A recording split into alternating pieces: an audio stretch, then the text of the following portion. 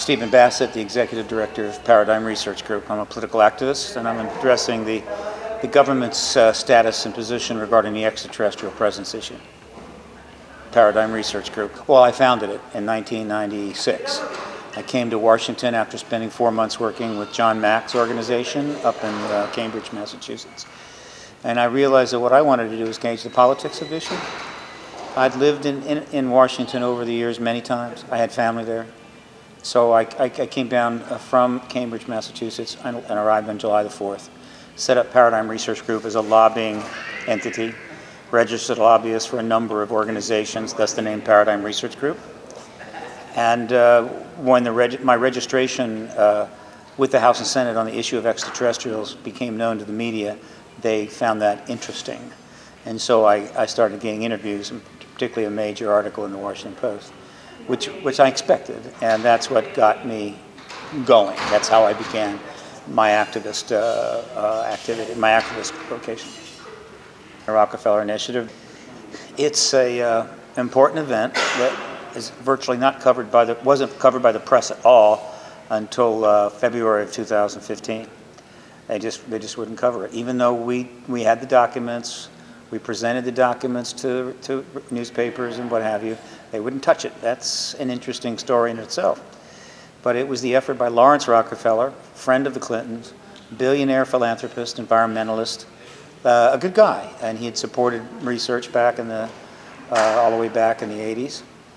And he approached Bill Clinton's administration, President Clinton, because the Cold War was over and he felt now the truth could come out. And he wanted all the files released. And this interaction between Rockefeller and his people and the Clinton administration, which included Hillary Clinton and others, went on for about 3 years. And Clinton did try to get something happen. He did make queries.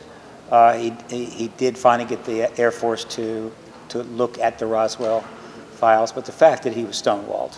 The military intelligence complex was not going to give him any information of quality. They were not going to open the files to him, as is the case with most of the recent presidents. And he knew it, and they eventually closed it down. But they didn't let it go. They intended to return to that issue one day when they were in a stronger position. Clinton was out of office, Bush was in, and Podesta was, of course, one of the people that was there in the White House during the Rockefeller Initiative, during this engagement on the ET issue. He had an interest in the subject. And it's clear that the Clinton team had intentions about this issue. And the first indication of that, because not much happened between 97 and 2001, is that John Podesta came to open a press conference for the Coalition for Freedom of Information, which was a, quote, basically as a lobbying entity being set up with real money from the Sci-Fi Channel to do real mainstream engagement above the level of what I could do, because I entered the field with no money at all. And so they announced they were hiring a legal firm, and they had a research director and all of this. Sci-fi money, and it was done in cooperation or coordination with the release of this huge series called Taken by Spielberg. Spielberg's Taken series, 10 hours, on the abduction issue. So it was a little entertainment, little public service. Fine. But I was surprised when Podesta walked in, and he's the one that opened the conference, this press conference. And it's there he made the famous statement, it's time to release the UFO files, because the people can handle the truth and they have a right to know, and it's the law. That was an historical moment, and it indicated that there was something going on with the Clinton political world, Clinton political team, and this issue. And of course, that proved to be the case. Paradigm Research Group is what forced her she and Podesta and Obama and even her husband to speak to the extraterrestrial issue 12 times during the campaign, or during that whole political campaign that lasted 3 years. They didn't want to, but I was successful in getting the media into this issue, and they started writing lots of stories, and we forced them to come out. She was never attacked by the Republican opponents on this. She wasn't attacked by the media. She made a number of comments, I think because they weren't attacked, they opened up a little bit more, but they were never going to really get into the subject. But that was PRG's doing. They didn't want to do that. They would have been more than happy to go through the entire election, through the debates, win the White House, and then deal with the issue, which I think they planned to do as they saw fit. But I wasn't going to let that. I wasn't going to be satisfied with that. So we put a lot of pressure on them, my group, and forced them to speak out to it.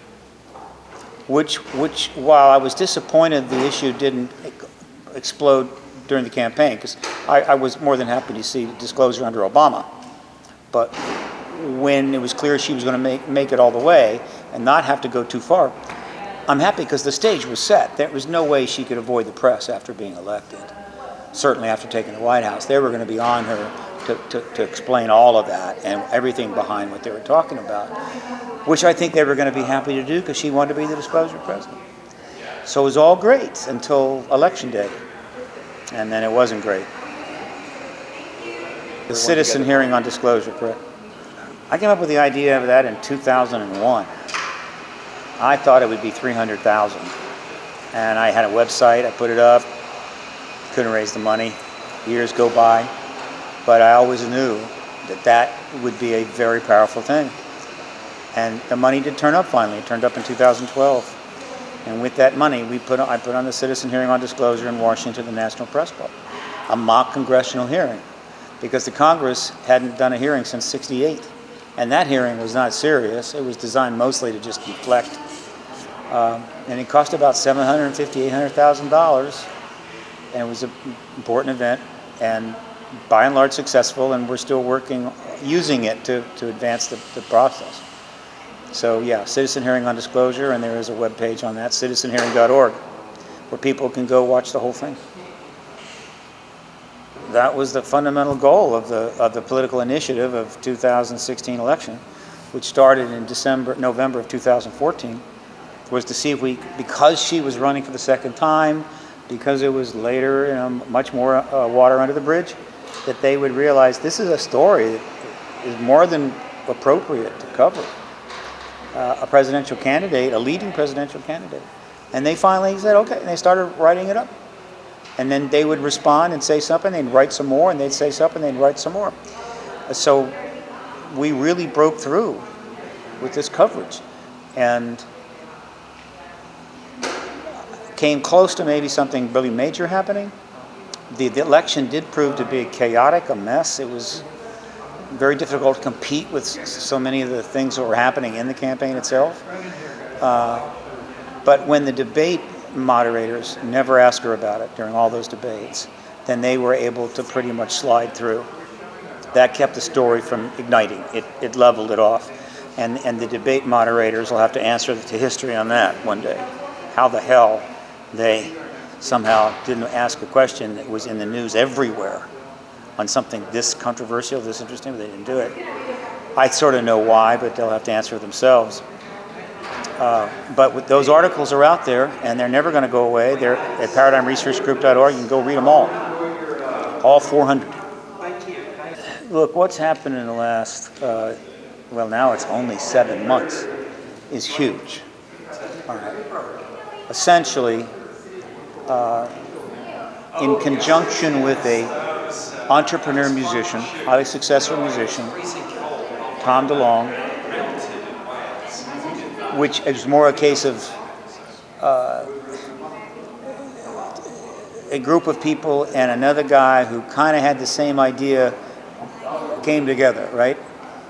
And history got made. And that with Tom DeLonge as the front person, a substantial number of people inside the Pentagon and the CIA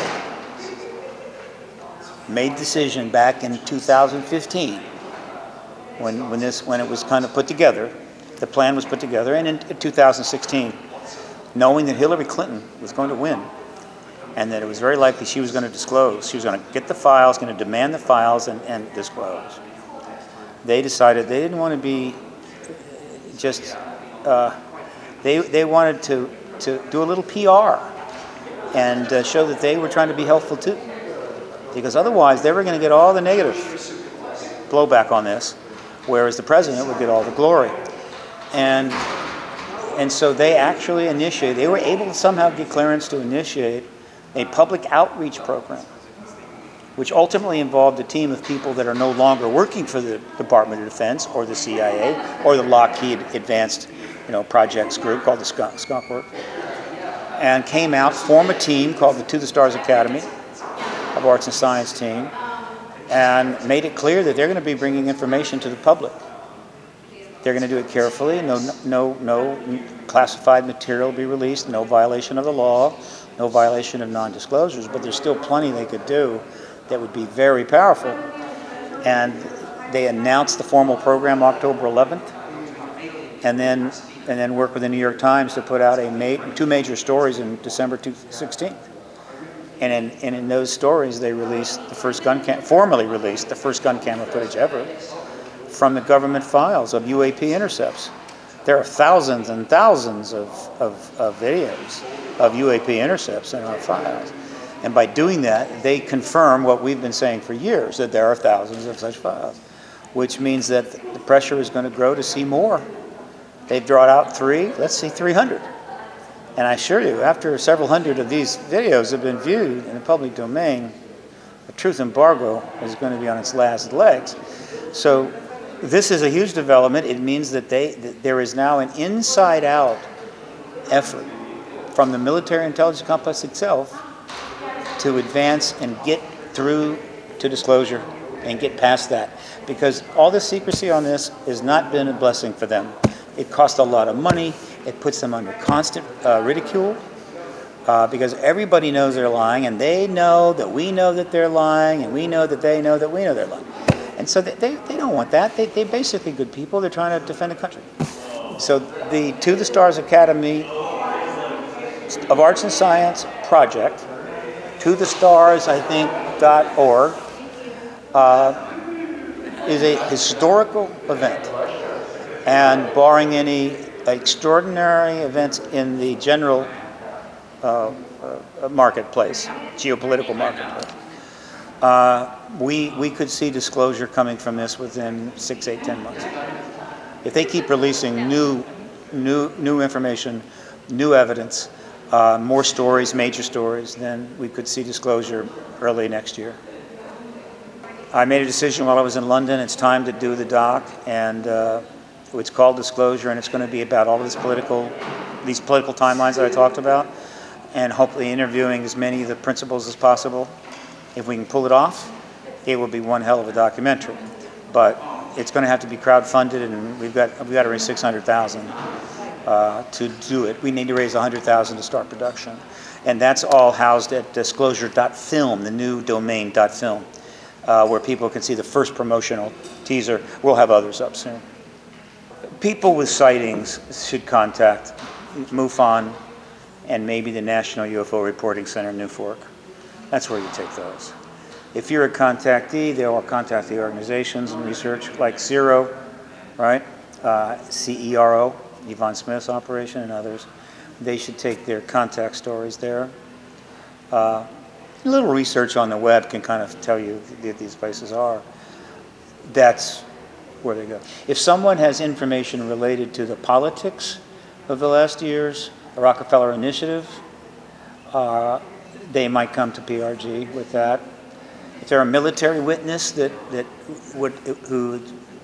wants to tell a story that has got documentation behind it and so forth, I might be interested in talking to them as well.